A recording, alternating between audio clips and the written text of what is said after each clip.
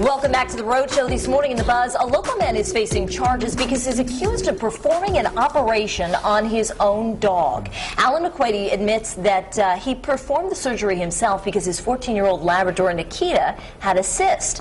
He says he did it because he didn't have any money to pay for a vet and thinks it was the right thing to do. Take a listen.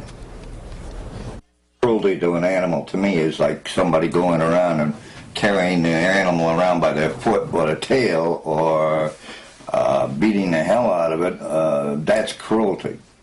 But trying to help an animal, no, that's not cruelty. Especially when you have to cut into an animal's flesh. You need to have proper anesthesia, proper medication.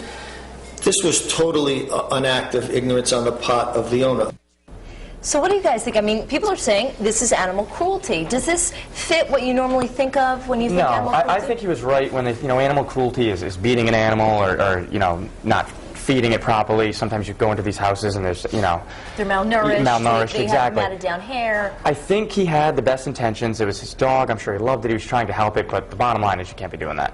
You can't, because now, and I hate to see the guy get fined or any of these charges stick, but you kind of have to, something's got to happen, or else people are going to start doing this now. What do you think, Vince? I'm kind of on the fence, I really don't know. Well, I tell you what, I think I can see it from both sides, because if, vet bills are so expensive. I mean, you were talking about a procedure your dog had done, my dog, I mean, thousands and thousands of dollars, not to mention the fact that a lot of these vets don't have portable prescriptions. So if you're buying medication for the aftercare, you have to buy it from the vet because they won't release the portable prescription to go to pet meds or that sort of thing. And with this state having such a high unemployment rate, we see every day on Eyewitness News at noon, you and I have both done this, where we bring in the pets on Monday to offer them up for adoption, and time after time after time, they say we just simply couldn't afford it. And so I think this might be something that we see even more of in the future. What do you think, Vince? I'm curious as to how he got the dog back.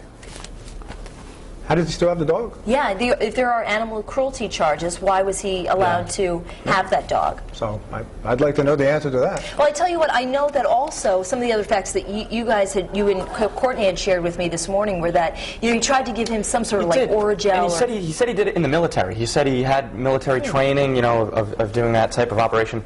I mean, just the fact he was using the Orajel and trying to really take care of the dog, and then he bandaged it. I don't think he obviously was trying to hurt the animal. He's trying to help it, but the bottom line is, people are going to start doing this now if he gets away with it. Well, and the other thing, too, is what you don't realize is you may be actually costing yourself even more money because it's not a sterile environment. You don't have, something could happen, that dog could bleed out. Next thing you know, you have an even bigger bill. The dog ended up getting infected, so he needed a second surgery anyway. Very interesting, yeah. So. I want to throw it over to Courtney Caligiuri, because, Courtney, what was interesting in this story is that the Rhode Island SPCA is saying they have money for people who are facing financial difficulties.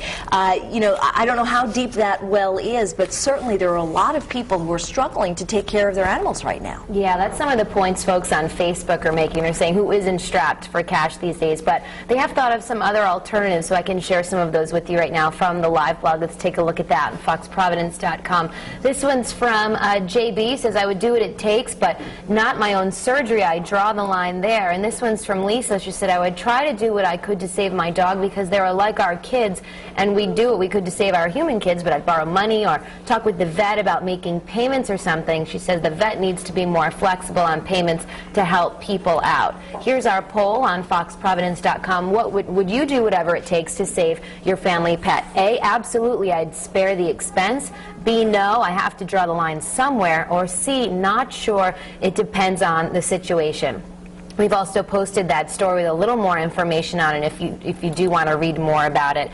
And here's a look at Facebook right now. And Adam Blessing said, who isn't strapped for cash these days? And Christine Mary said, this is the kind of situation I save my credit card for. And, a couple of others are saying, I hope the dog's okay. Of course, I do whatever it takes. So a lot of folks are just looking for other ways to get around something like this. But if you feel differently, you want to weigh in at home, you can hop on Facebook or the live blog. We'll share some of your comments in a bit.